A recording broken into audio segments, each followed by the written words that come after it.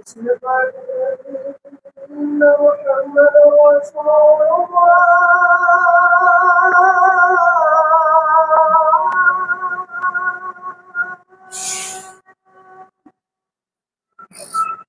أشهد أن محمد رسول الله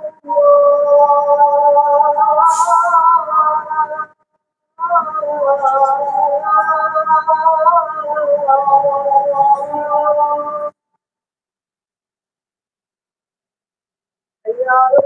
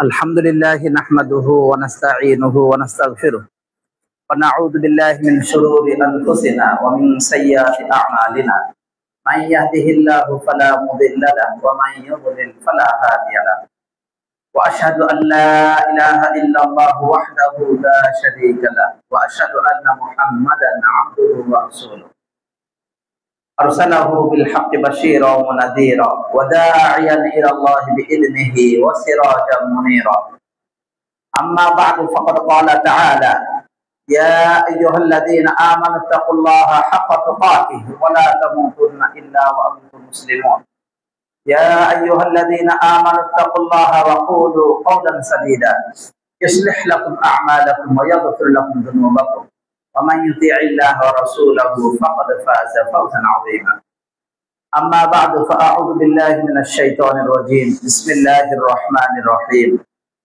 قال الله تعالى يوم لا ينفع مال ولا بنون إلا من أتى الله بقلب سليم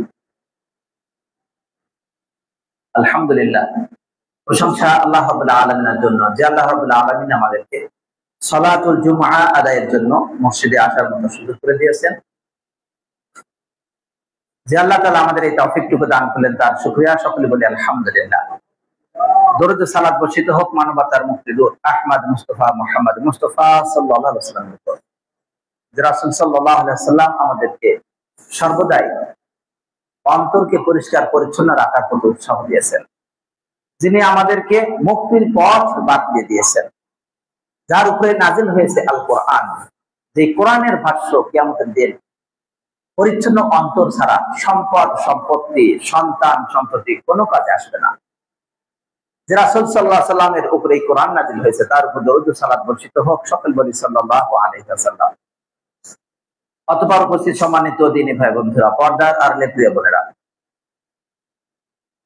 আমরা ইতিপূর্বে অন্তরের পরিচ্ছন্নতা সম্পর্কে খুতবায় কিছু আলোচনা শুনেছিলাম এবং সেখানে আমরা জানতে পেরেছি পরিচ্ছন্ন অন্তর বলতে কি বোঝায় তাছাড়া পরিচ্ছন্ন অন্তর যা রয়েছে তার কি ফজিলত। একটি পরিচ্ছন্ন অন্তর একটি জান্নাতে যাওয়ার মাধ্যম। পরিচ্ছন্ন অন্তর এটি একমাত্র সুন্দরভাবে নির্মাণ করতে জানে, আর হিংসা বিদ্বেষপূর্ণ অন্তর ধ্বংস করতে জানে। এর দ্বারা ধ্বংস অনিবার্য হয়ে যায়। পরিচ্ছন্ন অন্তরের মাঝে যদি কারো হৃদয় স্বচ্ছ না হয়, পরিচ্ছন্ন না হয়, তাহলে সামান্য ব্যাপারও হিংসা বিদ্বেষ শুরু হয়ে যায়। কোনো কিছু অন্যের কাছে যা থাকে তার কারণে সে বিদ্বেষ করে, তার কারণে তার কষ্ট হয়। আজকে আমরা যদি খেয়াল করি, আমাদের বাস্তবতা এমন যে আজকে আমাদের মাঝে কিছু ভাইয়েরা রয়েছে যারা পরিচ্ছন্ন অন্তরের ক্ষেত্রে খুবই নিচু মানের অবস্থান পরিষ্কার করে থাকে। আমাদের মাঝে এমন অবস্থা যে আল্লাহ রাব্বুল আলামিন কোন ভাইকে কিছু দিয়েছেন, এর কারণে আমরা সেই অনুগ্রহের কারণে হিংসা করে থাকি, কেন তাকে দেওয়া হলো আর আমাকে দেওয়া হলো না। এর জন্য ঝগড়া তৈরি হয়, বিবাদ তৈরি হয়, একে অপরের মাঝে কোন্দল তৈরি হয়। এই বিদ্বেষ থেকে এটা হতে পারে অতি সামান্য বিষয়, সামান্য একটি বিষয়কে কেন্দ্র করে এই কোন্দল তৈরি হয়। অথচ রাসূলুল্লাহ সাল্লাল্লাহু আলাইহি ওয়াসাল্লাম তিনি যে পরিচ্ছন্ন অন্তরে একেবারে বাস্তব নমুনা দেখিয়েছেন। যখন তাকে নির্যাতন করা মুশরিকরা, তারা যখন মক্কা বিজয়ের দিনে হেরে গেল, রাসূলুল্লাহ সাল্লাল্লাহু আলাইহি ওয়াসাল্লাম তখন বললেন যে আজকে আমি তোমাদেরকে মাফ করে দিলাম। যেমন ইউসুফ আলাইহিস সালাম বলেছিলেন তার ভাইদেরকে, লা তাকরিবা আলাইকুমুল ইয়াউম, আজকে তোমাদের উপরে কোনো ধর্তব্য নেই, তোমাদের উপরে আজকে কোনো ধরনের পাকড়াও নেই। ইয়াগফিরুল্লাহু লাকুম, আল্লাহ তোমাদের ক্ষমা করুন। এই হলো খাঁটি মনের। আর আমি যদি পরিচ্ছন্ন অন্তরের না হই, তাহলে অন্যের উন্নতি দেখে আমার মাঝে হিংসা হবে, আমার অন্তর জ্বলবে, আমার অন্তর সেটা সহ্য করতে পারবে না। তাই এই ধরনের কার্যক্রমগুলো অতি নিন্দিত, অতি খারাপ পর্যায়ের কাজ। যে হিংসা বিদ্বেষ, হিংসা কিছু আছে অল্প স্তর আর কিছু আছে বড় স্তর। অল্প স্তরের হিংসা, অন্য নিয়ামত পেল এই কারণে হিংসা করা, মনের ভিতরে কষ্ট পাওয়া, সন্তুষ্ট না থাকা। আর মারাত্মক হিংসা যেটা, সেটা হলো যে অন্য যেটা পেয়েছে ওইটা আমি পাই বা না পাই, তার কাছ থেকে সরে যাক, তার কাছে না থাক, এটা কামনা করা। এটা হলো মারাত্মক হিংসা। এগুলো কেন হয়? কারণ অন্তর যখন পরিচ্ছন্ন থাকে না। তাই হিংসা বিদ্বেষ আমরা দেখতে পাই, একজন একটা ভালো চাকরি পেয়েছে, চাকরি পাওয়ার কারণে আমি হয়তো সেই চাকরি পাইনি, হয়তো তার চেয়ে আমি যোগ্য, তার চেয়ে আমি উন্নত, আমার ইলম বেশি রয়েছে। কিন্তু আল্লাহ রাব্বুল আলামিনের পক্ষ থেকে যখন কোন ব্যক্তি কোন দায়িত্ব পেয়ে যায়, কোন চাকরি পেয়ে যায়, অন্য কিছু পেয়ে যায়, তাহলে একজন খাঁটি মনের অধিকারী যার, তার দায়িত্ব হলো সেটাকে মারহাবা জানানো, সেটাকে সাদরে গ্রহণ করা, সেটাকে আল্লাহ রাব্বুল আলামিনের পক্ষ থেকে তাকদীরে তার যা ছিল, তার তাকদীরে তাই এসেছে, এটা আল্লাহর বন্টন। অতএব তার দিকে তাকে মনোনিবেশ করে তার প্রতি দোয়া করা। অন্যদিকে কোন ব্যক্তির উচিত নয় যে কোনো বিষয়, একজন মানুষ হকদার, একজন যোগ্য সেই ব্যক্তিকে, অথবা একজন ব্যক্তি চাকরি পাওয়ার উপযুক্ত, তাকে চাকরি না দিয়ে অযোগ্য ব্যক্তিকে ঘুষের কারণে, অথবা অর্থের কারণে, অথবা নিজের কোনো স্বার্থের কারণে, অথবা নিজেকে বড় করে প্রকাশ করার কারণে অযোগ্য ব্যক্তিকে যোগ্যতায় রাখা, কোনো পদে রাখা, অথবা কোনো জায়গাতে দেওয়া, কোনো চাকরিতে ঢুকানো ইত্যাদি, এই কাজটাও নিন্দিত। কারণ সে সত্য এবং হকদারকে, যোগ্য ব্যক্তিকে মূল্যায়ন না করে বরং অযোগ্য ব্যক্তিকে মূল্যায়ন করা, এটিও নিন্দিত কাজ। অতএব উভয় ক্ষেত্রে আমাদের করণীয় হলো স্বচ্ছ হৃদয়ের, যিনি সঠিক, যিনি ভালো, যিনি উপযুক্ত, তাকে সেইভাবে মূল্যায়ন করা, যিনি যে চাকরির জন্য উপযুক্ত তাকে সেটা দেওয়া। দেখা যায় এর চেয়ে নর্মাল একটি বিষয়, কিছু মানুষ রয়েছে, একটা দাওয়াত দেওয়া হয়নি, বিবাহের অনুষ্ঠান অথবা অন্য কোনো অনুষ্ঠান, তাকে দাওয়াত দেওয়া হলো না, এই কারণে তার মন খারাপ, এই কারণে তার উপরে রাগ, সে চেষ্টা করবে বিবাহের জন্য বন্ধ হয়ে যায়, বিবাহের জন্য না হয়, তার ভিতরে জন্য এই চিন্তা, কিভাবে সেটাকে নষ্ট করা যায়, কিভাবে সেটাকে বাতিল করা যায়, এই ধরনের চিন্তা আমাদের। অথচ রাসূলুল্লাহ সাল্লাল্লাহু আলাইহি ওয়াসাল্লাম তিনি তা করেননি। তিনি তাই বলেছেন, কুল্লু মাহমুমুল কলব সাদুকুল লিসান, যার অন্তর পরিচ্ছন্ন এবং ভাষা সত্য, কথা মুখে যেমন মিষ্টি, অন্তরও থাকবে সঠিক। মুখে মুখে মিষ্টি মিষ্টি কথা বলা, আর অন্তরের ভিতরে বিদ্বেষ, অন্তরের ভিতরে হিংসা লুকিয়ে রাখা, এটা কোন জান্নাতি ব্যক্তির চরিত্র হতে পারে না। জান্নাতি ব্যক্তির চরিত্র সেটাই যার অন্তর পরিচ্ছন্ন এবং সেই ব্যক্তি সদুকুল লিসান, কথা যা বলবে তা ভালো বলবে, সত্য কথা বলবে। এরপর রাসূলুল্লাহ সাল্লাল্লাহু আলাইহি ওয়াসাল্লাম বলছেন সে হলো আফদালুন নাস, এমন ব্যক্তি হলে সে উত্তম মানুষ। তাই আমরা যদি দেখি আমাদের কোন ব্যক্তির মুখ দিয়ে কখনো কখনো হয়তো একটা ভুল কথা বের হতে পারে, কিন্তু সে হয়তো ভুল উদ্দেশ্য করেনি, সে ভুল কামনা করেনি, সে চেয়েছে ভালো, কিন্তু হঠাৎ করে ভুল করে মুখ দিয়ে একটি শব্দ দিয়ে বের হয়, তাহলে আমরা ওই ভাইয়ের সেই কথাটাকে অনেক সময় তার জন্য একটা ওজর বা তার জন্য কোনো ক্ষমার কোনো সুযোগ না খুঁজে বরং সেটাকে তার হীন করার জন্য, তাকে তুচ্ছ করার জন্য, ছোট করার জন্য বিভিন্ন মিডিয়াতে ছেড়ে দেয় কিভাবে তাকে ছোট করা যায়। এটা একটা হিংসার প্রতিফলন। মূলত এই কথাগুলোর দ্বারা আমরা একে অপরের মাঝে বিদ্বেষ ছড়াই। তাই আসুন আমরা অন্যকে মেনে নিতে শিখি, আমরা অন্যকে গ্রহণ করতে শিখি, আমরা যোগ্যকে যোগ্য বলে পরিচয় দিতে শিখি, আমরা যোগ্যকে সম্মান করতে শিখি, অযোগ্যকে যোগ্য বলতে আমরা যেন বিরত থাকি। আমরা চেষ্টা করব যথাসম্ভব মানুষের সম্মান মর্যাদা রক্ষা করতে, মানুষকে হেয় না করতে, মানুষকে বিভিন্ন মিডিয়াতে, সোশ্যাল মিডিয়াতে, সেটা সামাজিক যোগাযোগ মাধ্যম হোক অথবা অন্য কোনো মাধ্যম হোক, সেইগুলোতে অযৌক্তিক মানুষের নামে বদনাম ছড়ানো থেকে বিরত। কেন এইগুলো হয়? আমরা গত খুতবাতে আলোচনা করেছিলাম যে অন্তর পরিচ্ছন্ন মর্যাদা কি, অন্তর পরিচ্ছন্ন কিছু ব্যক্তির উদাহরণ এবং অন্তর পরিচ্ছন্ন করতে কিছু কার্যক্রম। তার সাথে আমাদের এই কথা ছিল যে আমরা অন্তর পরিচ্ছন্ন করার ক্ষেত্রে বাধা কি কি, মানুষ কেন অন্তর পরিচ্ছন্ন করতে পারে না, কেন মানুষ অন্যের প্রতি হিংসা করে, বিদ্বেষ করে, কেন মানুষের অন্তরটাকে সুস্থ অন্তর হিসেবে বিবেচিত করতে পারে না, তার কারণ কি, এবং অন্তর পরিচ্ছন্ন যারা তাদের লক্ষণ কি, এই লক্ষণ আমরা কয়েকটি জেনেছিলাম। আজকে দুই একটি লক্ষণ বলে পরবর্তীতে প্রতিবন্ধকতা কি কি সেটা নিয়ে ইনশাআল্লাহ আলোচনা করব। অন্তর যাদের পরিচ্ছন্ন তার অন্যতম একটি লক্ষণ হলো আল্লাহ রাব্বুল আলামিনের জিকির করা, আল্লাহকে স্মরণ করা, বেশি বেশি আল্লাহর জিকির। বিপদ আপদ সর্বদাই আল্লাহকে স্মরণ করবে, বিপদ আল্লাহর পক্ষ থেকে আসে এটা মনে রাখবে, বিপদ আল্লাহ তাআলা দূর করবে এটাও মনে রাখে। আর এর দ্বারা তার অন্তর হয় পরিচ্ছন্ন আর অন্তর হয় প্রশান্ত। আল্লাহ তাআলা বলেন আলা বিযিকরিল্লাহি তাতমাইন্নুল কুলুব, আল্লাহর জিকিরের মাধ্যমে অন্তর প্রশান্তি লাভ করে। সুতরাং আল্লাহর স্মরণ, অন্তর যাদের স্বচ্ছ তার অন্য আরেকটি লক্ষণ হলো সে যদি পাপ কাজ করে তাহলে পাপ কাজ করলে সে ব্যতীত হয়।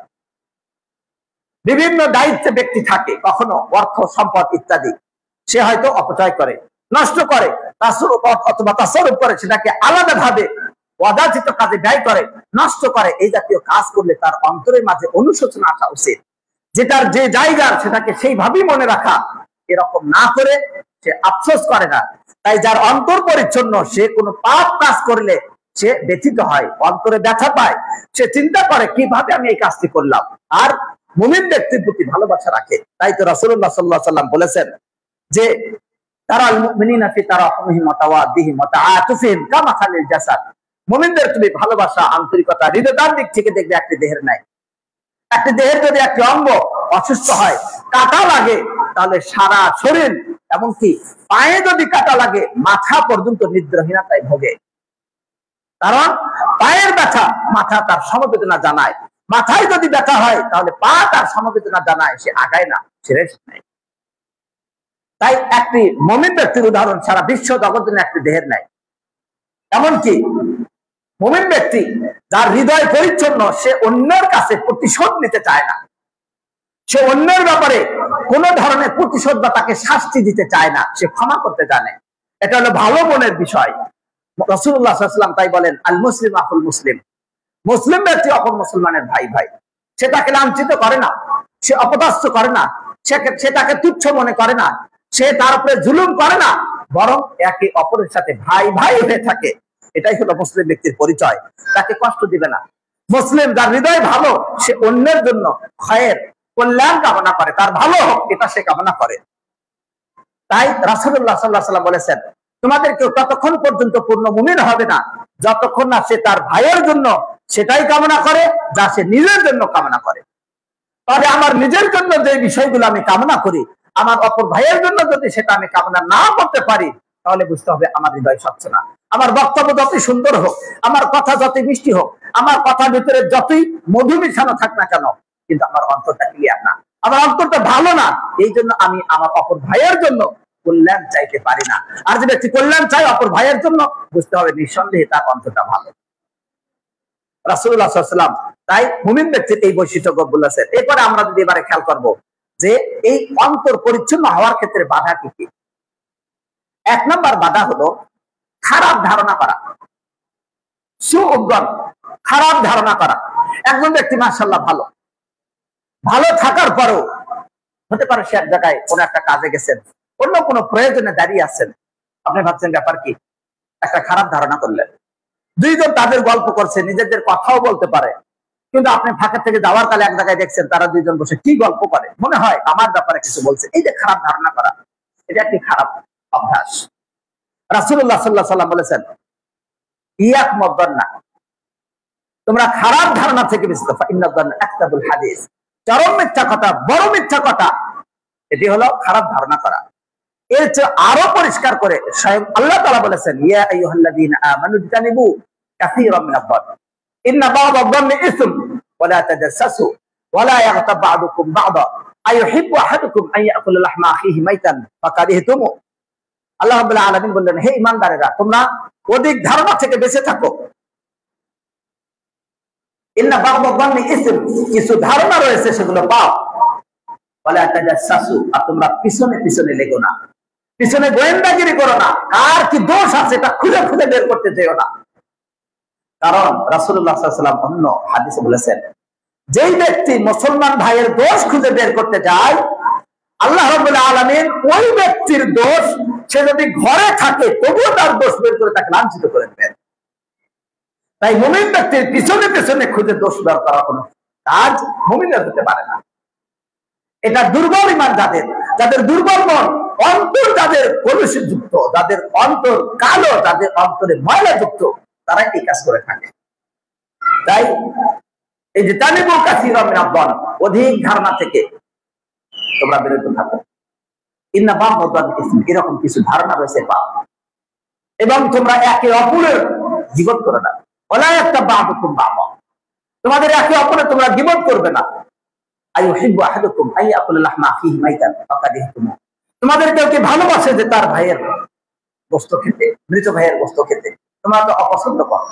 আজকে আমাদের খারাপ ধারণার পাশাপাশি পরচর্চা, পরনিন্দা থেকে বিরত থাকতে হবে, গীবত থেকে বিরত থাকতে হবে। কারণ গীবত মারাত্মক অন্যায়, এটা একে অপরের মাঝে বিদ্বেষ তৈরি করে, একে অপরের মাঝে হিংসা বিদ্বেষ তৈরি করে। প্রশ্ন হতে পারে, গীবত মানুষ কেন করে? গীবত কখনো অজ্ঞতার কারণে করে, এটা মারাত্মক পাপ, সে বোঝেই না। অথবা গীবত কখনো কখনো মনের রাগকে দূর করার জন্য গীবত করে, কখনো কখনো নিজেকে অন্যের কাছে বড় করার জন্য গীবত করে, অন্যকে তুচ্ছ মনে করার জন্য গীবত করে। গীবত করে মানুষের নিজের প্রতিশোধ নেওয়ার জন্য, বিভিন্ন কারণে গীবত করে।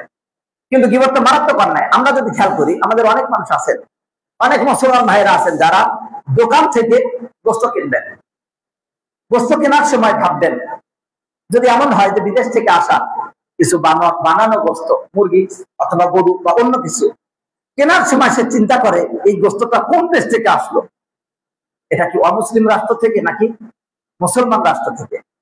এটা এমনকি দোকানে গিয়ে যখন গোশত কেনার সময় সে খেয়াল করে যে এই গোশতটা, এটা কি হালাল নাকি হারাম, এটা কি খাবার ঠিক নাকি ব্যাঠিক। বিদেশ থেকে গোশত যেটা আসে, সেই ক্ষেত্রে তার হালাল হারাম ইত্যাদি আমরা খুঁজতে চেষ্টা করি। যদি মুসলিম জবাই করে তাহলে তো এটা আমরা সহজভাবে মেনে নিতে পারি, যেহেতু মুসলমানের জবাই, তাহলে বৈধ, কারণ সে আল্লাহর নাম স্মরণ করে, এটাই স্বাভাবিক। ভুলে গেলেও ক্ষমার দরজা আছে, ক্ষমার জায়গা আছে। কিন্তু যেই ব্যক্তি মুরগির গোশত খাওয়ার জন্য বা গরুর গোশত খাওয়ার ক্ষেত্রে, সেটা ক্রয় করার ক্ষেত্রে এত বেশি চলে, ওই ব্যক্তি তার আপন মৃত ভাই বা তার মুসলমান মৃত ভাইয়ের গোশত খায় তথা গীবত করে, অথচ সে খেয়াল করে না। কি একটা বিস্ময়কর বিষয়, সে মুরগির গোশত তুমি এত খোঁজাখুঁজি করলো, অথচ তার ভাইয়ের সে গোশত খাচ্ছে, মৃত ভাইয়ের গোশত। তখন সে মনে করছে না যে তার কত বড় অন্যায় হচ্ছে, সেটা হারাম। অর্থাৎ মৃত গোস্ত খাওয়া যেমন হারাম, গীবত করা অনুরূপ হারাম। তাই পরস্পরের মাঝে সুন্দর পরিচ্ছন্ন হৃদয় রাখতে, একে অপরের প্রতি ভালো ব্যবহার রাখতে, অন্তরকে পরিচ্ছন্ন রাখতে অন্যতম বাধা গীবত করা, যেমন ভাবে খারাপ ধারণা করা। আরেকটি বাধা হলো হিংসা বিদ্বেষ করা। আল্লাহ রাব্বুল আলামিন এই ব্যাপারে সতর্ক করেছেন। এরপরে 4 নম্বর যেটি সমস্যা, অন্তর পরিচ্ছন্ন হয় না, তার কারণ হলো জুলুম। জুলুম করার কারণে, যার ভেতরে জুলুমের ইচ্ছা থাকে, অন্যকে যেভাবে ইচ্ছা সেভাবে ব্যবহার করা, স্বৈরাচারী হওয়া, যদ ইচ্ছা সে অপরের উপরে ব্যবহার করবে, এইরকম চিন্তা যার ভিতরে আছে, তার মাঝে থেকে পরিচ্ছন্ন হৃদয় পাওয়া বহু কঠিন। তাই জুলুম আল্লাহ রাব্বুল আলামিন এই সবগুলো মানুষের অন্তর দিয়ে দেন কখন? যখন তারা পাপের উপরে চলমান থাকে। ফালকাইনা বাইনাহুমুল আদাওয়াতাল বাগদা, আমি অতঃপর তাদের অন্তরের মাঝে হিংসা বিদ্বেষকে ঢেলে দিলাম যখন তারা পাপ কাজে লিপ্ত হলো, ইলা ইয়াউমুল কিয়ামah, কিয়ামত দিবস পর্যন্ত। আপনি ভাববেন অন্তর পরিচ্ছন্ন হোক বা না হোক তাতে কি যায় আসে? যার অন্তর পরিচ্ছন্ন তারই বা কেমন লাভ, আর যার অন্তর পরিচ্ছন্ন নয় তারই কেমন ক্ষতি আছে? তাহলে আমরা এবারে খেয়াল করবো যে অন্তর যার পরিচ্ছন্ন নয়, শুধু হৃদয়টা ভালো না রাখার পরিণতি কি? এই মারাত্মক পরিণতি আপনি যদি খেয়াল করেন, 1 নাম্বার, যার অন্তর পরিচ্ছন্ন নয় সে স্পষ্ট বিভ্রান্তির মাঝে রয়েছে, সে সৎ পথ থেকে বহু দূরে চলে গেছে। আল্লাহ রাব্বুল আলামিন তাই বলেন, ফাওয়াইলুল লিল কাসিয়াতি কুলুবুহুম মিন যিকরিল্লাহ, যারা আল্লাহর জিকির থেকে হৃদয়কে শক্ত করে রাখে, হৃদয় যাদের স্বচ্ছ না, পরিচ্ছন্ন না আল্লাহর স্মরণ থেকে, তাদের জন্য দুর্ভোগ। ওয়াইল নামক দুর্যোগ বা জাহান্নাম, বা ওয়াইল একটি জায়গা জাহান্নামের, তাদের জন্য ধ্বংস। আল্লাহ রাব্বুল আলামিন বললেন, অতএব আপনার যদি মন পরিষ্কার না হয় তাহলে মারাত্মক ক্ষতি।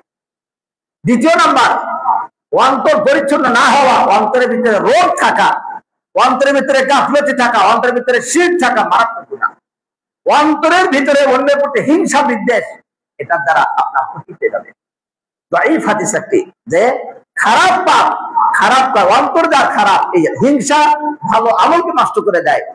আল হাদিস ফিহি দাঈফ, হাদিসের মাঝে দুর্বলতা রয়েছে, কিন্তু রাসূলুল্লাহ সাল্লাল্লাহু আলাইহি ওয়াসাল্লাম অন্য হাদিসে বলেন 2টি বিষয় ছাড়া ঈর্ষা করার কোনো সুযোগ নেই। একটা হলো আল ইলম, ইলমের ব্যাপারে, সম্পদের ব্যাপারে। তাহলে এই 2টা ছাড়া, অর্থাৎ এইরকম কামনা করা, তার ইলম আছে, আমার যদি অনুরূপ ইলম থাকতো তাহলে আমিও তার মতো প্রচার প্রসার করতাম, দাওয়াতি কাজ করতাম, এটা করা। অনুরূপ ভাবে যার অর্থ রয়েছে, এই কামনা করা যে তার মতো যদি আমার অর্থ থাকতো তাহলে আমি অনুরূপ ব্যয় করতাম, এই ভালো নিয়ত, এটা করা বৈধ। এমনকি এই নিয়তের কারণে সেই ব্যক্তি সমান সব পাবে। সে লক্ষ লক্ষ টাকা দান করেছে, আর যদি খাঁটি নিয়ত করে, ভালো নিয়ত করে যে আমার অনুরূপ টাকা থাকলে আমি অনুরূপ দান করতাম, তাহলে এই নিয়তের কারণে আল্লাহ রাব্বুল আলামিন তাকে সব দান করবেন। সুবহানাল্লাহ। অনুরূপ ভাবে ইলমের ক্ষেত্রে, আর কোন ব্যক্তি যদি বহু অর্থ সম্পদ নাই, কিন্তু তাকে আল্লাহ তাআলা ইলম দিয়েছেন, অনেক ইলম দেওয়ার ফলে সেই ইলমের ব্যাপারে সে এত প্রচার এবং প্রসারের অগ্রগামী থাকে, আরেকজন ব্যক্তি যদি কামনা করে সত্যিকার অর্থে অন্তরের খাঁটি নিয়তে যদি কামনা করে, হে আল্লাহ তার মতো ইলম থাকলে আমিও অনুরূপ কাজ করতাম, তাহলে ওই ব্যক্তিও তার মতো সমান সওয়াব পাবে। সুবহানাল্লাহ। অন্যদিকে আবার উল্টা রয়েছে, কোন ব্যক্তি যদি কামনা করে যে তার বহু সম্পদ আছে, টাকা পয়সা আছে, অনুরূপ টাকা পয়সা যদি আমার থাকতো, সে যেমন অন্যায় করছে, সে অমুক জায়গায় গান বাজনা ইত্যাদিতে বহু টাকা দান করে মানুষের জনপ্রিয়তা অর্জন করছে, আমিও এরকম গান বাজনা আছে, আমি কাম সাথ দিতাম ইত্যাদি দিয়ে আমি এরকম এমন কাজ করতাম, যুবকদের অমুক করতাম তমুক করতাম, এই ধরনের খারাপের চিন্তা যদি কেউ করে, তাহলে ওই ব্যক্তিও এই কথা যদি মানুষকে বলে যে আমি এরকম থাকলে এমন করতাম, তাহলে ওই ব্যক্তিও পাপের ক্ষেত্রে সমান হবে। প্রশ্ন হতে পারে যে পাপের ক্ষেত্রে কিভাবে সমান? নিয়তের কারণে তো ধরা হয় না। কেউ যদি খারাপে নিয়ত করে, যতক্ষণ পর্যন্ত সেই কাজ না করবে ততক্ষণ পর্যন্ত তো তাকে ধরা হবে না, তাহলে ওই ব্যক্তিকে কেন ধরা হলো? এর উত্তর হলো এই যে ওই ব্যক্তি শুধু নিয়ত করেনি, বরং সে আরেকজনকে বলেছে যে আমার যদি আমল থাকতো তাহলে আমিও করতাম। এই বলাটাও একটা আমল, কথাটা এটাও আমল, বরং এই কথার কারণে মানুষকে জাহান্নামে নিক্ষেপ করা হয়। রাসূলুল্লাহ সাল্লাল্লাহু আলাইহি ওয়াসাল্লামকে জিজ্ঞাসা করা হলো, ইয়া রাসূলুল্লাহ এই জিহ্বার কারণে কি পাকড়াও করা হবে? তখন তিনি বললেন,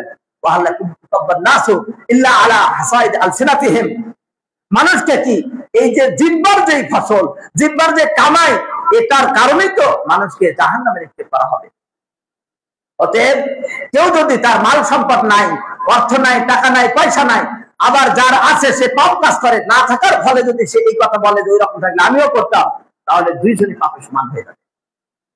তাহলে শুধুমাত্র অন্তর যদি ভালো কথা বলে, ভালো নিয়ত করে, তাহলে এই নিয়তের জন্য যেমন উত্তম প্রতিদান রয়েছে, অন্তর থেকে ভালো নিয়ত না করে উল্টো খারাপ নিয়ত করে এটা যদি মানুষকে বলে ফেলে, তাহলে এর কারণেও তার শাস্তি হয়েছে। আল্লাহ রাব্বুল আলামিন এই জন্য অন্তরের যাদের রোগ আছে তাদের ক্ষেত্রে মারাত্মক হুমকি দিয়েছেন, তাদের জন্য জটিল ভাবে বলেছেন। আল্লাহ তাআলা বলেন ফি কুলুবিহিম মারাদ ফাযাদাহুমুল্লাহু মারাদা ওয়া লাহুম আযাবুন আলীম বিমা কানু ইয়াকযিবুন।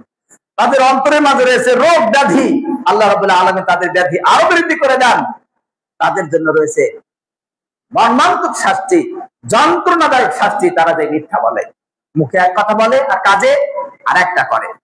তিনি ভাই বন্ধুরা, এই শাস্তি এমনকি অন্তর পরিচ্ছন্ন না হওয়া, এটা জমিন বিশৃঙ্খলার অন্যতম কারণ, ধ্বংসের কারণ।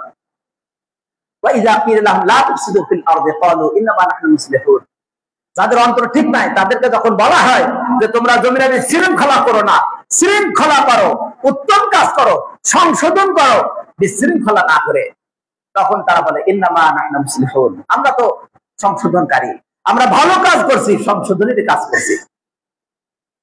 আজকে আপনি দেখবেন অনেকেই রাজনীতি করে, সে নিজে চাঁদাবাজি, টেন্ডারবাজি বহুত কিছু করছে, অথচ তাকে আপনি বলবেন যে আপনি এই সব কাজগুলো করছেন, এই ক্ষমতা পাওয়ার আগেই যদি আপনি কিছু করেন, ক্ষমতায় গেলে কি হবে? তারা বলবে যে আমরা ক্ষমতায় গেলে ভালো কাজ করবো, সবার উপকার করবো। কি উপকার করবে? সে যদি আরো এখনই যদি অবস্থা আজকে সে সংশোধন হয় না কেন? তাহলে বোঝা যায় যে অনেককে ভালো কথা বললে সে বলবে আমি সংশোধন করবো, কিন্তু প্রকৃতপক্ষে তারা সংশোধনকারী নয়, তারা বরং বিশৃঙ্খলাকারী। যদি কারো অন্তর ঠিক না হয় তাহলে তার আমল কবুল হবে না, আমল কবুল হবে না, আমল বাদ। রাসূলুল্লাহ সাল্লাল্লাহু আলাইহি ওয়াসাল্লাম বলেন প্রতি সোমবারে এবং বৃহস্পতিবারে আমল উঠানো হয়, অথবা আল্লাহ রাব্বুল আলামিন প্রত্যেক ব্যক্তিকে ক্ষমা করে দেন, ওই ব্যক্তি ব্যতীত যেই ব্যক্তি শিরক করে। আর যেই ব্যক্তি শিরক করে না এমন প্রত্যেক ব্যক্তিকে আল্লাহ রাব্বুল আলামিন ক্ষমা করে দেন। তবে এরপরও এক ব্যক্তি, যেই ব্যক্তির মাঝে এবং তার ভাইয়ের মাঝে হিংসা বিদ্বেষ থাকে, তার আমলও কবুল করা হয় না।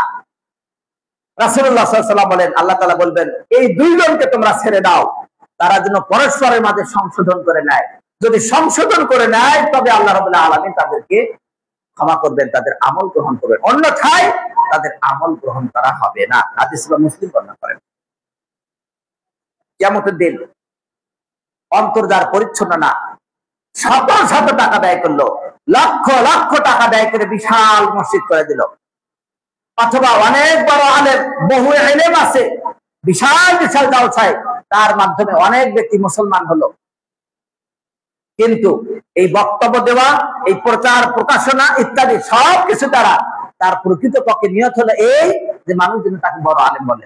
এই নিয়তে যদি কেউ ইলম চর্চা করে, অথবা মানুষ তাকে বড় দানবীর বলবে, এরকম নিয়ত নিয়ে যদি কেউ লক্ষ কোটি টাকা দান করে, অথবা জীবনের শেষ রক্তবিন্দু দিয়েও যদি সে আল্লাহর পথে জিহাদ বলে দেখায়, অথচ নিয়ত আল্লাহর জন্য না, তাহলে শুধু এই নিয়তের কারণে, অন্তরের ভিতরে শিরক ঢোকার কারণে ওই ব্যক্তিকে কিয়ামতের দিন সর্বপ্রথম জাহান্নামে নিক্ষেপ করা হবে। নাউযুবিল্লাহ। রাসূলুল্লাহ সাল্লাল্লাহু আলাইহি ওয়াসাল্লাম বললেন তিন শ্রেণীর ব্যক্তিকে আউয়ালু মান তুসাআরু বিহিমুন নার, যাদের দ্বারা আগুনকে প্রজ্বলিত করা হবে, জাহান্নামের খড়ি বানানো হবে সর্বপ্রথম। এই তিন শ্রেণী।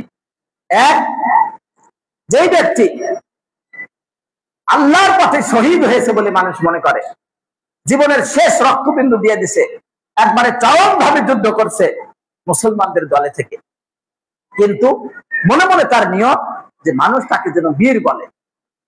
আজকে দেশের প্রেক্ষাপটে কেউ কেউ অনেকে মনে করছে জালিম সরকারকে সরিয়ে দিলাম, অমুক করলাম তমুক করলাম করে দেশের স্বাধীনতা চলে আসলো, দেশে স্থির ভাবে মানুষ ইচ্ছা মতো কথা বলতে পারে।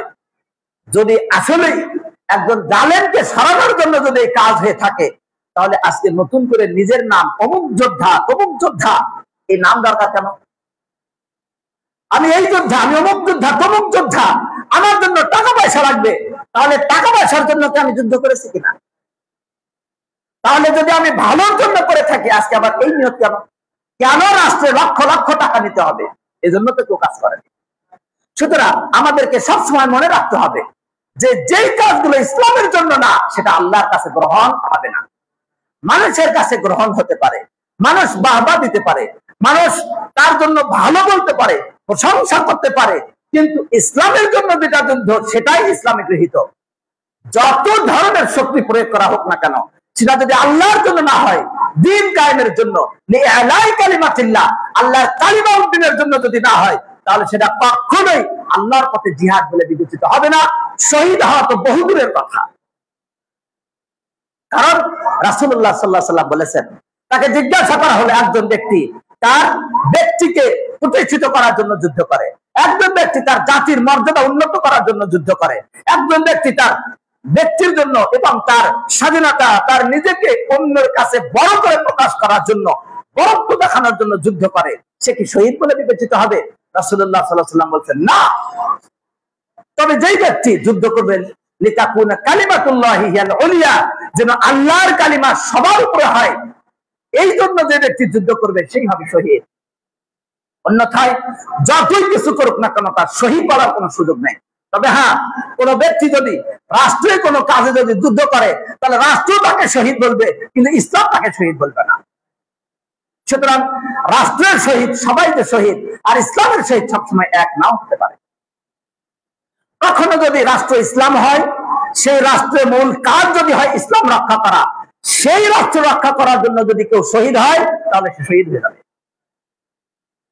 আর যদি রাষ্ট্রের যদি আইন হয়, রাষ্ট্রের যদি চিন্তা থাকে, রাষ্ট্রের যদি ব্যবস্থা থাকে, ইসলাম কায়েম না, ইসলাম যেখানে যায় সেখানে যাক, ইসলামের ব্যবস্থা যেখানে যাওয়ার সেখানে চলে যাক, ইসলামে নারী পুরুষ আলাদা আলাদা মর্যাদা আছে, এই নিয়ম চলবে না। ইসলামের আলাদা ভাবে উত্তরাধিকারী সম্পদ দেওয়া হয়, এই নিয়ম রাষ্ট্রে চলবে না। রাষ্ট্রে চলবে গণতন্ত্র, রাষ্ট্র প্রতিষ্ঠা করবে গণতন্ত্র, আর সেই রাষ্ট্রের জন্য যে যুদ্ধ করবে সে কোনোদিন শহীদ হতে পারে না। এই জন্য গণতন্ত্রের জন্য যুদ্ধ করে অনেক সময় হিন্দু মুসলিম সেও শহীদের নামে নামকরণ হয়ে থাকে।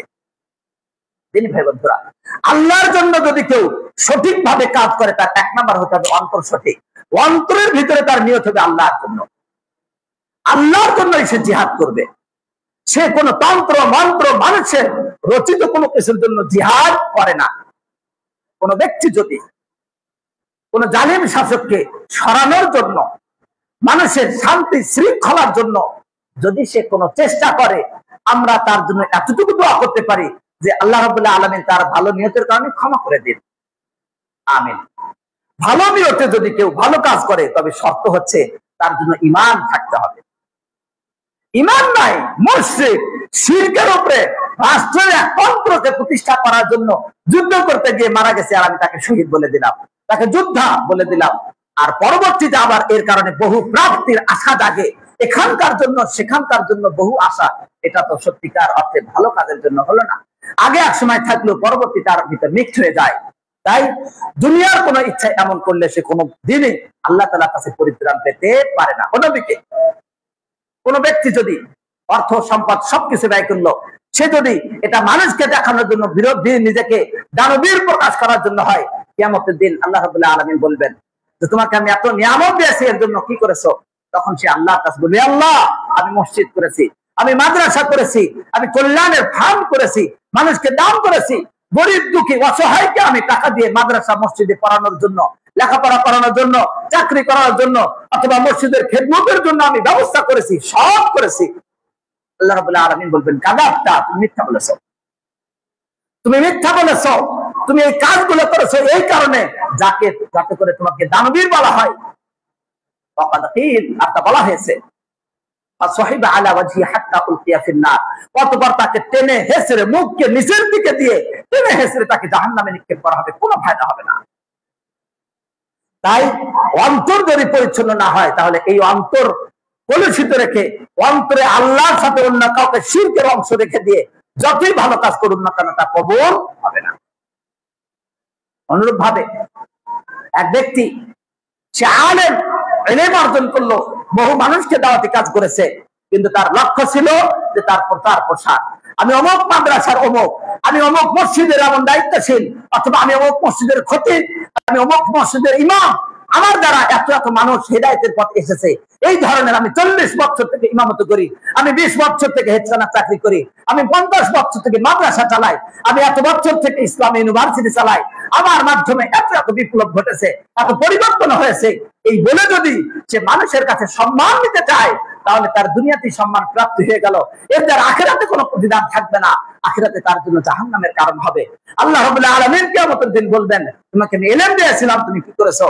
এরপর সে বলবে, আমি এমন এমন কাজ করেছি। আল্লাহ তাআলা বলবেন, কাযাবতা, তুমি মিথ্যা বলেছো, তুমি এই কাজগুলোর দ্বারা মূলত তোমাকে মানুষ যেন বড় আলেম বলে, বিশাল আলেম, সম্মান করবে, শ্রদ্ধা করবে, এই চিন্তায় তুমি এই কাজগুলো করেছিলে, অতএব তুমি মিথ্যা বলেছো। ফাসহিবা আলা ওয়াজহি হাত্তা উকিয়া ফিন নার, অতঃপর তাকে টেনে হেসড়ে, মুখ থুবড়ে, মুখকে নিচের দিকে দিয়ে পাকে উপরের দিকে টেনে হেসড়ে তাকে জাহান্নামে নিক্ষেপ করা হবে। কারণ কি? এত কাজ করার পর সে প্রতিদান পেল না, কারণ তার অন্তর খারাপ, অন্তর পরিষ্কার না, অন্তরের ভিতরে শিরক যুক্ত ছিল। যেই কাজ হবে আল্লাহর জন্য, সেই কাজ করেছে মানুষের জন্য, সেই কাজ করেছে প্রশংসা পাওয়ার জন্য, সেই কাজ করেছে সম্মানের জন্য, সেই কাজ করেছে পদের জন্য, সেই কাজ করেছে কোন একটা বিশাল জায়গায় থেকে মানুষের উপরে শরীর ঘুরানোর জন্য। যদি এমন নিয়ত থেকে থাকে, সেটা রাজনৈতিক হোক, ব্যক্তিগত হোক, সামাজিক হোক, যে কোনো ক্ষেত্রে হোক না কেন, যদি নিয়ত ঠিক না থাকে, তাহলে এর পরিণতি মারাত্মক হবে কিয়ামতের দিন। দিনী ভাই বন্ধুরা, একটি সুন্দর সমাজকে গঠন করার জন্য, একটি সুন্দর পরিবেশকে গঠন করার জন্য, একটি শৃঙ্খলিত জীবন ব্যবস্থাকে গঠন করার জন্য সবচেয়ে আগে যেটি দরকার সেটি অন্তর।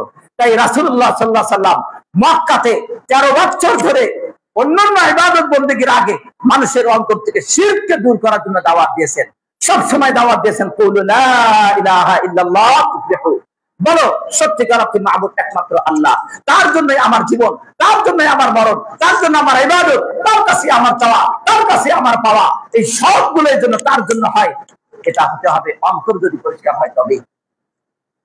তাই আল্লাহ রাব্বুল আলামিন বলেন, কুল ইন্না সালাতি ওয়া নুসুকি ওয়া মাহইয়ায়া ওয়া মামাতি লিল্লাহি রাব্বিল আলামিন, বলুন আমার জীবন, আমার মরণ, আমার কুরবানি, আমার ইবাদত বন্দেগী সব একমাত্র বিশ্ব রব্বুল আলামিনের জন্য, সারা বিশ্বের যিনি প্রতিপালক সেই আল্লাহর জন্য, অন্য কাউর জন্য না। দিনী ভাই বন্ধুরা, আমাদের মনে রাখতে হবে, যাদের অন্তরে ব্যাধি আছে আল্লাহ তাদের অন্তর আরো করিয়ে দেন।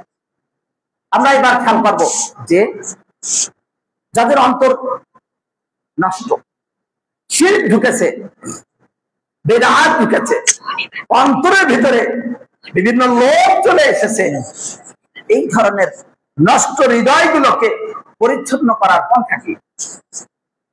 পন্থাটা কি? 1 নাম্বার পন্থা, চেষ্টা করতে হবে, সর্বদাই চেষ্টা করতে হবে যে শিরকের মাঝে, বেদাতের মাঝে, লোভের মাঝে যেন আমি না পড়ি। ওয়াল্লাযীনা জাহাদু ফিনা লানাহদিয়ান্নাহুম সুবুলানা, যারা হেদায়েতের পথে, আমার পথে যারা চলার জন্য চেষ্টা করে, আল্লাহ রাব্বুল আলামিন বলছেন আমি তাদেরকে পথ দেখাই, তাদেরকে আমি আমার পথসমূহ সহজ করে দেই। অতএব ইখলাস। দ্বিতীয় নাম্বার যেটি কাজ, সেটি হলো যে আপনি জামাতবদ্ধ থাকবেন, সংঘবদ্ধ থাকবেন, ঐক্যের সাথে থাকবেন, ফাটল সৃষ্টি করার চেষ্টা করবেন না। এটা যদি থাকতে পারে তাহলে অন্তর পরিচ্ছন্ন রাখা সহজ হবে। অন্যের মাঝে হিংসা বিদ্বেষ তৈরি করে দিয়ে দুইজনের মাঝে ফাটল তৈরি করে দেওয়া, এটা কোনো ভালো অন্তরের লক্ষণ না। সুতরাং সকলকে সচেতন হয়ে চলা। আল্লাহ রাব্বুল আলামিন তাই একতাবদ্ধ থাকাকে জরুরি করেছেন, ওয়াজিব করে দিয়েছেন। আল্লাহ তাআলা বলেন, ওয়াতাসিমু বিহাবলিল্লাহি জামিআ ওয়া লা তাফাররাকু, তোমরা আল্লাহর রজ্জুকে একতাবদ্ধভাবে মজবুত করে ধরো এবং বিচ্ছিন্ন হয়ে না, আলাদা আলাদা হয়ে না। ব্যক্তির সাথে আপনার কোনো একটা কথার অমিল হতে পারে, কোনো চিন্তার ক্ষেত্রে অমিল হতে পারে, সেটাকে আপনি সুন্দরভাবে বুঝান, তার জন্য সময় নিন, কিন্তু আপনি আপনার শক্তি খাটিয়ে দিলেন, আর একজন আরেকজনের শক্তি প্রয়োগ করলো, যার যার মতো বিচ্ছিন্ন হয়ে গেলেন, এমনটি করণীয় নয়।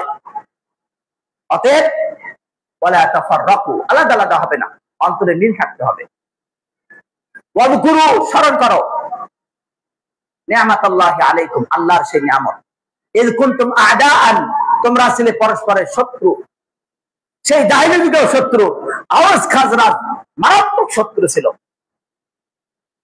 ফাআল্লাফা বাইনা কুলুবিকুম, অতঃপর আল্লাহ তাআলা তোমাদের অন্তরের মাঝে জড়িয়ে দিয়েছেন।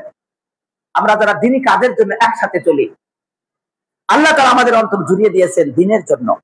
আমাদের সব সময় মনে রাখতে হবে আমরা যেন দ্বীনের জন্য মানুষকে ভালোবাসি, ব্যক্তি স্বার্থের জন্য না, নিজের স্বার্থের জন্য না, আল্লাহর জন্য ভালোবাসতে হবে। তবে এই সম্পর্ক বিদ্যমান থাকবে, স্থির হবে। ফাআসবাহতুম বিনিআমাতি ইখওয়ানা, অথবা তোমরা পরস্পরের ভাই ভাই হয়ে গেছিলে। অকুনতুম আলা শাফা হুফরাতিন মিনান নার, তোমরা একেবারে জাহান্নামের কিনারে ছিলে। ফাআনকাযাকুম মিনহা, অতঃপর আল্লাহ তাআলা তোমাদেরকে তা থেকে রক্ষা করেছেন। আমাদের কত ভাই রয়েছেন যারা এক সময় শিরক নিয়ে ব্যস্ত, পরবর্তীতে তারা শিরক থেকে মুক্ত থেকেছে। সুতরাং আমাদের সেই বিষয়টা মনে রাখার দরকার। তিন শ্রেণীর ব্যক্তি যাদের মাঝে হিংসা বিদ্বেষ থাকে না, তার মাঝে যারা 1 নাম্বার আল্লাহর জন্য আমল করে ইখলাস, অনুরূপ ভাবে উলুল আমর যারা দায়িত্বশীল তাদেরকে উত্তম পরামর্শ দেয়, নসিহত দেয় এবং জামাতকে আঁকড়ে ধরে থাকে, জামাতবদ্ধ থাকে, একতাবদ্ধ থাকে। সেই একতাবদ্ধতা হতে হবে সত্যের উপরে, দ্বীনের উপরে। দ্বীন যেখানে আছে আমি আছি, দ্বীন যদি না থাকে তাহলে সেখানে থাকার কোনো প্রশ্ন নেই।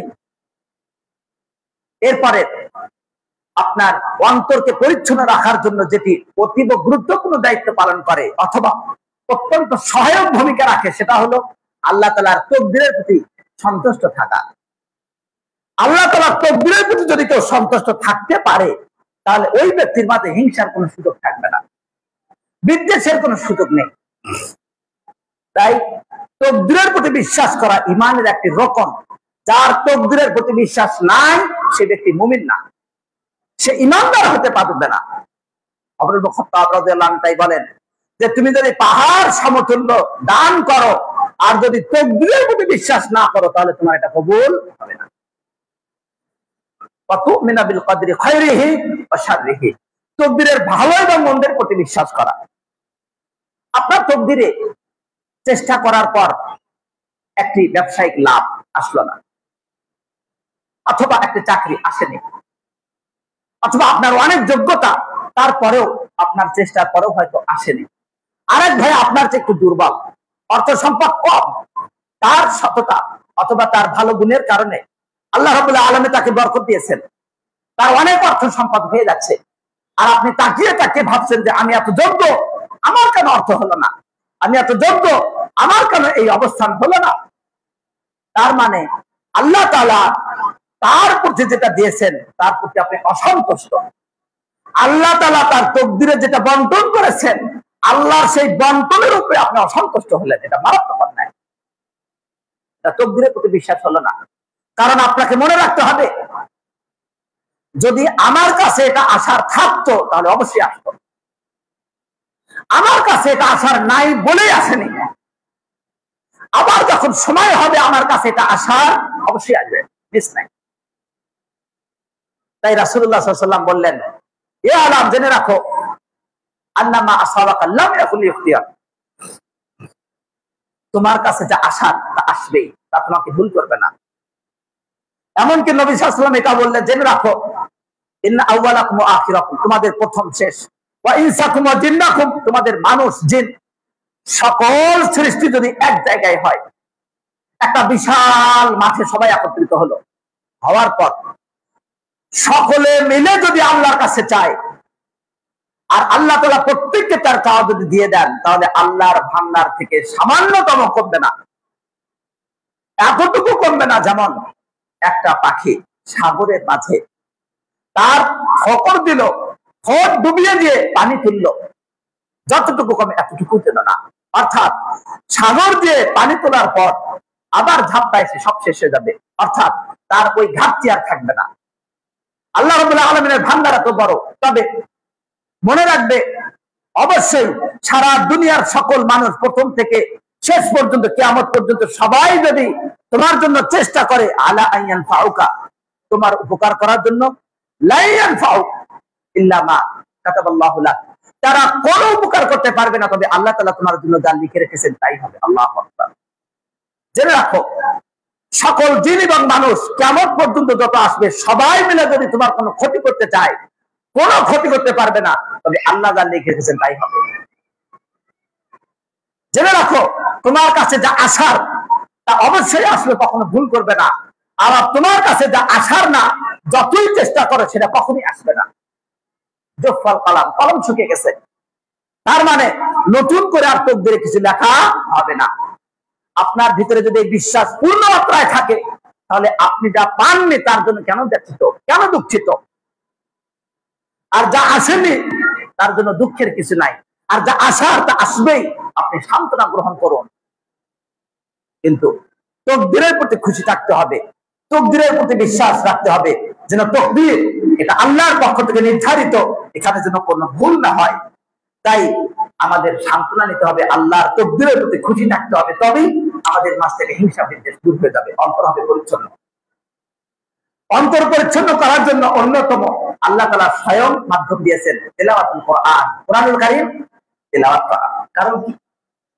কোরআনুল কারীম যখন তেলাওয়াত করবে, এটা অন্তরের রোগকে দূর করে। আল্লাহ তাআলা তাই বলেন, ইয়া আইয়ুহান নাস ক্বাদ জাআকুম মাউইযাতুম মির রাব্বিকুম ওয়া শিফাউন লিমা ফিস সুদূর। হে মানব মণ্ডলী, তোমাদের জন্য তোমাদের রবের পক্ষ থেকে এসেছে উপদেশ, এবং অন্তরের মাঝে যা আছে তার আরোগ্য। অন্তরে শিরক আছে, এর থেকে আরোগ্য। অন্তরে নেফাকে আছে, মুনাফিকে আছে, এখান থেকে আরোগ্য। অন্তরে হিংসা আছে, তা থেকে আরোগ্য। কোরআনুল কারীম তেলাওয়াত। ওয়ালা ইয়াসিদু যালিমিনা ইল্লা খাসারা, এটা জালেমদের জন্য শুধু ক্ষতি বৃদ্ধি করে, অন্য কিছু বৃদ্ধি করে না। 5 নাম্বার যেটি, মুসলিমদেরকে নসিহত দেওয়া, মুসলমান শাসকের জন্য উপদেশ দেওয়া, কল্যাণ কামনা করা, অপর ভাইয়ের জন্য কল্যাণ কামনা করা, এটা অন্তরে বিদ্বেষকে দূর করে। এক ভাই অসুস্থ রয়েছে, আল্লাহ তাকে শিফা দান করো।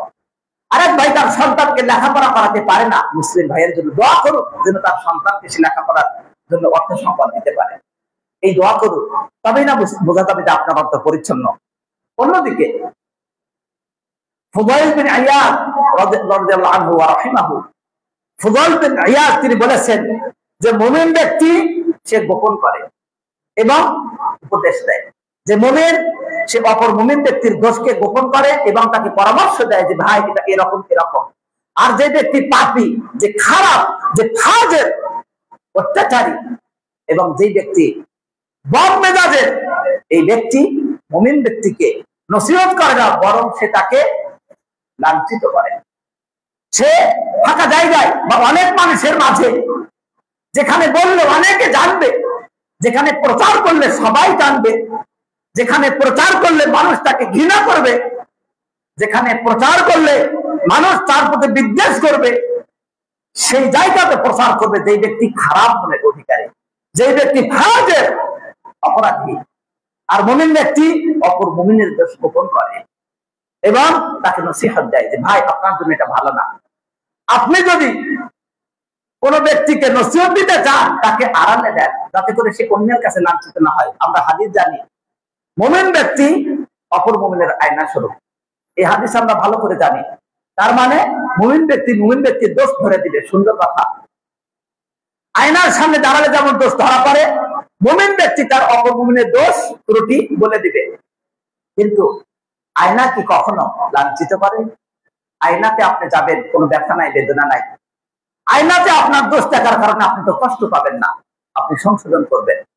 কিন্তু আপনি এমন ভাবে বললেন যে আপনি কষ্ট দিলেন, আরেকজনের সামনে তাকে লাঞ্ছিত করলেন, এটা তো আয়নার ভূমিকা হলো না, এটা হলো কচির ভূমিকা, কেটে দেওয়া হলো।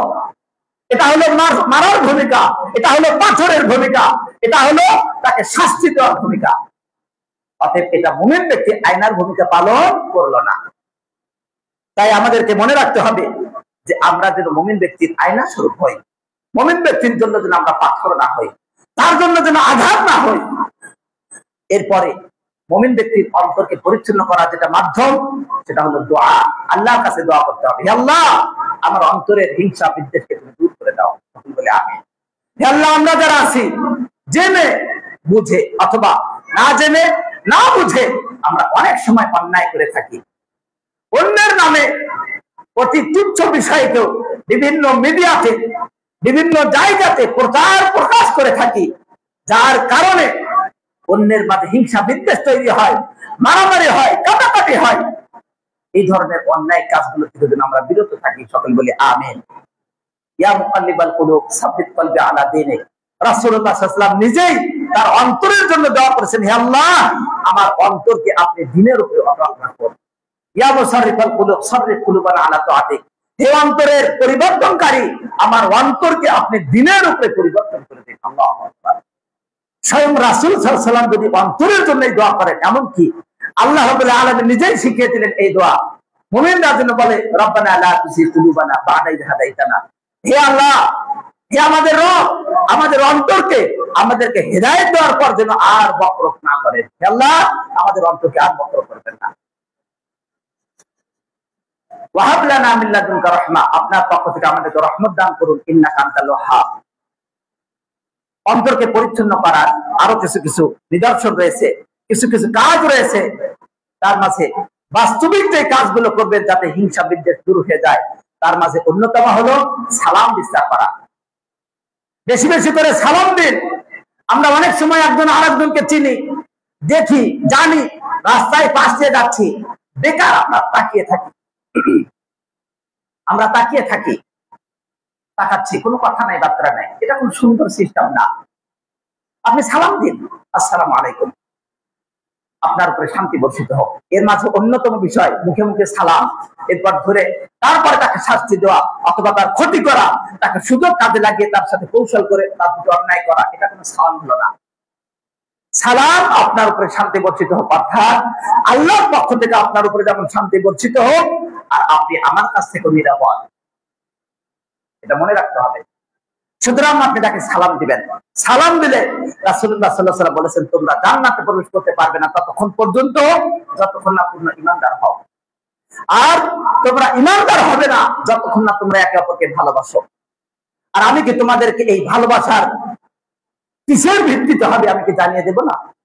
সাহাবায়ে বললেন, হ্যাঁ ইয়া রাসূলুল্লাহ। তিনি বললেন, আফশুস সালাম বাইনাকুম। পরস্পরের মাঝে সালামের বিস্তার করো। শুধু সালাম দাও না, সাল্লিমও না, আফশুস সালাম, সালাম বিস্তার ঘটাও। দেখা অর্থাৎ জানা অজানা, পরিচিত অপরিচিত, ছোট বড় সকলের মাঝে সালামের বিস্তার। আমাদের কিছু মানুষ আছে যারা শুধু ওয়ালাইকুম সালাম বলার জন্য অপেক্ষায় থাকে, আসসালামু আলাইকুম বলতে পারে না। সে চাইবে তাকে সালাম দিক, আর সে চুপচাপ থাকবে, তারপর বলবো ওয়ালাইকুম সালাম। কেন আপনি আগে সালাম দিতে পারেন না? যে ব্যক্তি আগে সালাম দিল সে বেশি নিরাপদ, সে বেশি ভালো, তার অন্তর খাঁটি, সেই ভালো, উত্তম। আর সালাম দিলে অবশ্যই উত্তর দিতে হবে। আবার সালাম দেওয়ার সময় কেউ আসসালামু আলাইকুম, ওয়ালাইকুম সালাম, এতটুকু যথেষ্ট না। ওয়ালাইকুম সালাম ওয়া রাহমাতুল্লাহ আপনি বাড়িয়ে বলবেন, উত্তম বলবেন। না হলে কমপক্ষে তিনি যেভাবে সালাম দিয়েছেন ততটুকু বলবেন। সে জোরে করে বললো আসসালামু আলাইকুম, আর আপনি মনে মনে ওয়ালাইকুম সালাম। শুনতেই পারলো না, বুঝতেই পারলো না, সে বুঝলোই না যে আপনি তার উত্তর নিলেন কিনা। এটা তো মহব্বত বাড়বে না। অতএব আপনাকে সালামের বিস্তার করতে হবে উত্তম পন্থায়। হাদিস ইমাম মুসলিম বর্ণনা 54 নাম্বার। অন্তর পরিচ্ছন্নের জন্য অন্যতম আরেকটি কাজ হাদিয়া দেওয়া, উপঢৌকন দেওয়া। নবী সাল্লাল্লাহু আলাইহি ওয়াসাল্লাম বললেন, তোমরা পরস্পরে হাদিয়া দাও, উপঢৌকন দাও, তাহলে তোমাদের মাঝে হৃদয়তা বাড়বে, আন্তরিকতা বাড়বে, ভালোবাসা বাড়বে, পরস্পরে ভালোবাসতে পারবে। এর জন্য লক্ষ লক্ষ টাকা দরকার নেই। অল্প অন্তর থেকে যদি একটি হাদিয়া হয়, ছোট একটি কলম আপনি দিতে পারেন।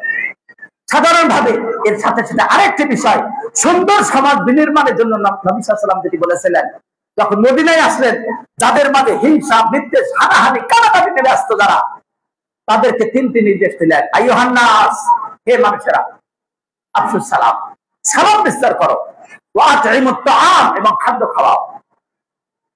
ওয়াসিলু বিল লাইল ওয়ান নাসু নিয়াম, ওয়াসিলুল আরহাম, ওয়াসাল্লু বিল লাইলি ওয়ান নাসু নিয়াম। আত্মীয়তার সম্পর্ক মজবুত করো, আর মানুষ যখন ঘুমন্ত থাকে তখন সালাত আদায় করো। এই চারটি কাজ যদি করে, সারা সমাজ সুন্দর হয়ে যাবে, যেমন মদিনা হয়েছিল। কারণ এক নম্বর, সালাম বিস্তারের মাধ্যমে প্রাথমিকভাবে সুন্দর সম্পর্ক তৈরি হবে। এরপর এই ব্যক্তিকে আপনি যদি পাশে নিয়ে যান, যাওয়ার পর আপনি একটা চা খাওয়ান, আপনি তাকে একটা কফি খাওয়ান, অথবা আপনি একটা বিস্কুট খাওয়ান। আপনার যদি সক্ষমতা থাকে, কিছুই যদি না থাকে, আপনি মুস্কি হাসি দিবেন, সাদাকা দান। আপনার টাকা নাই কিন্তু আপনি সাদাকার সওয়াব পাবেন। আপনার পয়সা নাই, আপনি সাদাকার সওয়াব চান, একটা মুস্কি হাসিতে কথা বলেন, খোঁজ খবর নেন, সাদাকা। আপনি রাস্তার একটা কাটা আছে, দূরে সরে যান, সাদাকা। একজন মানুষকে ভালো কাজের আদেশ দিলেন, সাদাকা। খারাপ কাজ থেকে নিষেধ করলেন, সাদাকা। এবং সম্পর্ক মজবুত হবে। তাই সালাম বিস্তার করা, এরপরে খাদ্য খাওয়ানো। আপনাদের যদি সক্ষমতা থাকে ভালো খাবার খাওয়ান, একে অপরকে খাওয়ান, সম্পর্ক দৃঢ় হবে, মজবুত হবে। এবং রাত্রিবেলা সালাত আদায় করবে। আর আপনি আমি যদি 5 ওয়াক্ত সালাতে আদায় না করে রাত্রে কখন সালাত আদায় করবো? তাহলে 5 ওয়াক্ত সালাতের পরে আবার রাত্রে কিয়ামুল লাইল করবে, তাহাজ্জুদ করবে, শুধু রমজান মাসে না। এই সবগুলো করবে। আর আত্মীয়তার সাথে সম্পর্ক ঠিক থাকবে না, তা হতে পারে না। এই যে 3টি কাজের মাধ্যমে বান্দার সাথে সম্পর্ক হবে। আর রাত্রিবেলা যখন সালাত আদায় করবে, আল্লাহর সাথে সম্পর্ক মজবুত হবে। তার মানে ওই ব্যক্তির অন্তরে আল্লাহর ভয়, আল্লাহর ভীতি, আল্লাহর ভীতিতে সে চলে, আল্লাহ তাআলাকে ভয় করে। তার অন্তর আল্লাহর ভয় বিদ্যমান, সেজন্য সে সালাত আদায় করে আল্লাহর কাছে মাপ পাওয়ার জন্য। আর দিনের বেলা মানুষের প্রতি, মাখলুকের প্রতি ভালো আচরণ করে। এর চেয়ে শ্রেষ্ঠ আর কি আছে? এমন গুণ যদি আমাদের মাঝে আসে, সবার সুন্দর হয়ে যাবে। তাই সালাম বিস্তার করা, হাদিয়া তোফা উপঢৌকন দেওয়া, এর মাধ্যমে হিংসা বিদ্বেষ দূর হবে, অন্তর পরিষ্কার হবে। এর সাথে এই সবগুলোকে বাধাগ্রস্ত করে আরেকটি জিনিস, সেটা হলো রাগ। অন্তরকে পরিষ্কার করতে গেলে আপনাকে রাগকে কন্ট্রোল করতে হবে। ভেতরে ভেতরে অন্যের প্রতি রাগ রেখে দিবেন আর উপরে উপরে সালাম করবেন, এর নাম অন্তর পরিষ্কার নয়।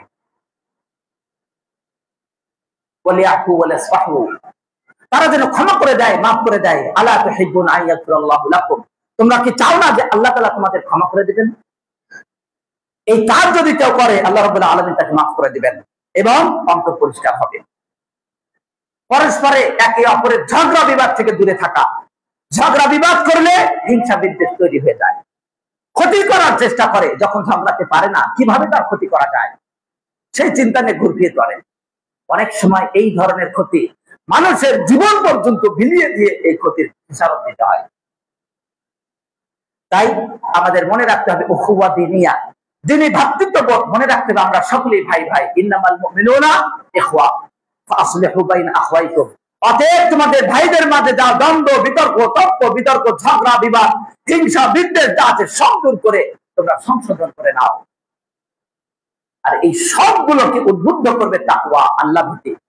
আপনি আল্লাহকে যখন ভয় করবেন, এই আল্লাহ ভীতি আপনাকে ভালো কাজ করতে উদ্বুদ্ধ করবে। আল্লাহ ভীতি আল্লাহর নৈকট্য অর্জনে আপনাকে সাহায্য করবে। আল্লাহ ভীতি আপনাকে সালাম দিতে সাহায্য করবে। আল্লাহ ভীতি যদি থাকে তাহলে আপনাকে খাদ্যদান উৎসাহ করবে। আল্লাহ ভীতি যদি থাকে আপনাকে জান্নাত মুক্তি করবে। তাই নবী সাল্লাল্লাহু আলাইহি ওয়াসাল্লাম বলছেন, আত্তাকওয়া হাহুনা, তাকওয়া এখানে। এরপর তিনি 3 বার ইঙ্গিত করলেন, তাকওয়া এখানে। অন্তরে যার যত বেশি তাকওয়া থাকবে, তার ভালো কাজ তত বেশি হবে। তিনি ভাই বন্ধুরা, আমরা যদি খেয়াল করি, একটু গবেষণা যদি করি, আমাদের অন্তরকে পরিচ্ছন্ন করার জন্য অনেক সময় অন্তরে কিছু ভুল চিন্তা আসে। সেই ভুল চিন্তাগুলো দূর করার জন্য কুরআনুল কারীম তেলাওয়াত করতে হবে। আপনি ভাবুন, কুরআনুল কারীম অন্তরের রোগকে দূর করে। আপনি যদি খেয়াল করেন, কোরআন যদি আপনি গবেষণার সাথে করেন, তাহলে আপনি দেখবেন যে কখনো কখনো জালেম এমন ভাবে অত্যাচার করছে যে এর মনে হয় যেন আর কোনো সমাধান নেই। ফিলিস্তিনের উপরে নির্যাতন নিষ্পেষণ হচ্ছে, ওই সমাধান কই? আল্লাহ কি দেখে না? মুসলিম আমাদের পার্শ্ববর্তী দেশ হিন্দু, মুসলিমদের নির্যাতন করছে, কই? কোনো কথা নেই। এরপরে আবার তারা অনেক সময় বলে থাকে, তোমার আল্লাহকে দেখো দেখে কিভাবে রক্ষা করে। এমন সুযোগ, এমন অবস্থা অনেকের হয়। আপনি ভেঙে পড়বেন না। আপনার অন্তরে হয়তো মনে হবে, কেমন কথা, আল্লাহ দেখছেন না? ফিলিস্তিনের এত নির্যাতিত নিষ্পেষিত ইসরায়েল বর্বর ভাবে হামলা করছে, কিছুই হচ্ছে না। এইরকম যদি আপনার ভিতরে আল্লাহ সম্পর্কে ভুল ধারণা আসে, এই ভুল ধারণার জন্য কোরআনকে গবেষণা করুন। আল্লাহ তাআলা বলছেন, ওয়ালা তাহসাবান্নাল্লাহা গাফিলান আম্মা ইয়ামালু যালিমুন, জালেমরা যা করছে তা থেকে আল্লাহ তাআলাকে আপনি গাফিল মনে করবেন না। ইন্নামা ইউআখিরুহুম, তিনি কেবল তাদেরকে অবকাশ দিচ্ছেন, লিয়াউমিন তাশখাসু ফিহিল আবসার, এমন দিনের জন্য যেদিন অবলক দৃষ্টিতে তারা তাকিয়ে থাকবে, সেই দিনের জন্য সুযোগ দিচ্ছেন। আপনি হয়তো ভাববেন, এই আয়াত যখন পড়বেন তখন বুঝবেন তাহলে নিশ্চয় এর মাঝে হিকমত আছে। কি হিকমত? যারা ওই সময় ধৈর্য ধারণ করবে, আল্লাহ তাদেরকে জান্নাতি করে দিবেন, শহীদের মর্যাদা দিবেন। যারা ধৈর্য ধারণ করবেন, আল্লাহ সওয়াব দিবেন। দুনিয়াতে কষ্ট হলেও আখিরাতে মুক্তি পাবেন, সেটাই তো চির সফলতা। কিন্তু আপনি ভেঙে পড়লেন, আল্লাহর প্রতি খারাপ ধারণা করলেন, আপনি ঈমান নষ্ট করে ফেললেন। তাই কোরআন পড়ুন, আপনার অন্তরে সান্ত্বনা গ্রহণ করুন। এবার আসুন আপনার বাস্তব জীবনে। আপনার স্ত্রী আপনার কথা শোনে না, আপনার স্ত্রী আপনাকে মানে না, আপনার মনের ভিতরে অনেক কষ্ট, অনেক দুঃখ, অনেক বেদনা, অনেক আগ্রহ নিয়ে বিবাহ করেছিলেন ভালো মনে করে, কিন্তু জ্বালার শেষ নেই। তার আগে দোয়া করি আল্লাহ রাব্বুল আলামিন সকল বিবাহিত দাম্পত্যকে আল্লাহ তাআলা সুখে রাখুন, আমিন।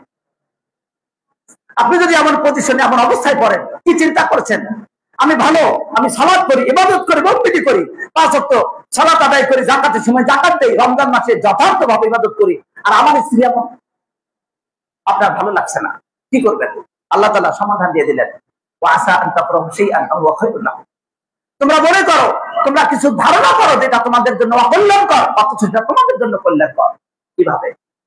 আপনার স্ত্রী আপনার কাছে কষ্টকর হচ্ছে বটে, হতে পারে আপনি নতুন বিবাহিত, কিছুদিন পর এমন একটা সন্তান হতে পারে যে সন্তান ভবিষ্যতে আপনার সমাজকে শুধু না দেশকে উন্নত করবে, আর আপনি তখন বলতে পারবেন এটা আমার ছেলে অথবা আমার সন্তান, আমার মেয়ে। সেদিন আপনার ঠিকই ভালো লাগবে, কিন্তু আপনাকে ধৈর্য ধরতে হবে। আপনার আজকে মনে হচ্ছে কষ্টকর, কিন্তু হতে পারে ভবিষ্যৎ উজ্জ্বল। এরপরেও যদি এমন হয় সেই স্ত্রী নিয়ে আপনার চলার মতো কোনো অবস্থা নেই, তাহলে সেই ক্ষেত্রে আল্লাহ তাআলা বৈধ ব্যবস্থা রেখেছেন। সারা জীবন আপনাকে কষ্ট করে চলতে হবে, তা আল্লাহ তাআলা বলেননি। সেক্ষেত্রে আপনি পর্যায়ক্রমে ধারাবাহিকভাবে একের পর এক সমাধান খুঁজে শেষে যথার্থ সিদ্ধান্ত নেবেন। তাতে হতে পারে আপনার জন্য কল্যাণকর হবে, আপনার জন্য আল্লাহ উত্তম স্ত্রী দিতে পারেন, আবার অন্যদিকে স্ত্রীর জন্য উত্তম স্বামী, তার জন্য মুনাসিব উপযুক্ত স্বামী আল্লাহ তাআলা দিতে পারেন, সেটাও আল্লাহ ব্যবস্থা রেখেছেন। কিন্তু আপনি ধৈর্য ধরুন, হয়তো বা এরপরে আপনার জন্য কল্যাণ আসবে। আসুন আমরা অন্তরকে আল্লাহমুখী করি, আল্লাহর কোরআন দ্বারা অন্তরকে আলোকিত করি, সেই অনুপাতে আমরা জীবন পরিচালনা করি। আল্লাহ তাআলা তৌফিক দেন, আমিন।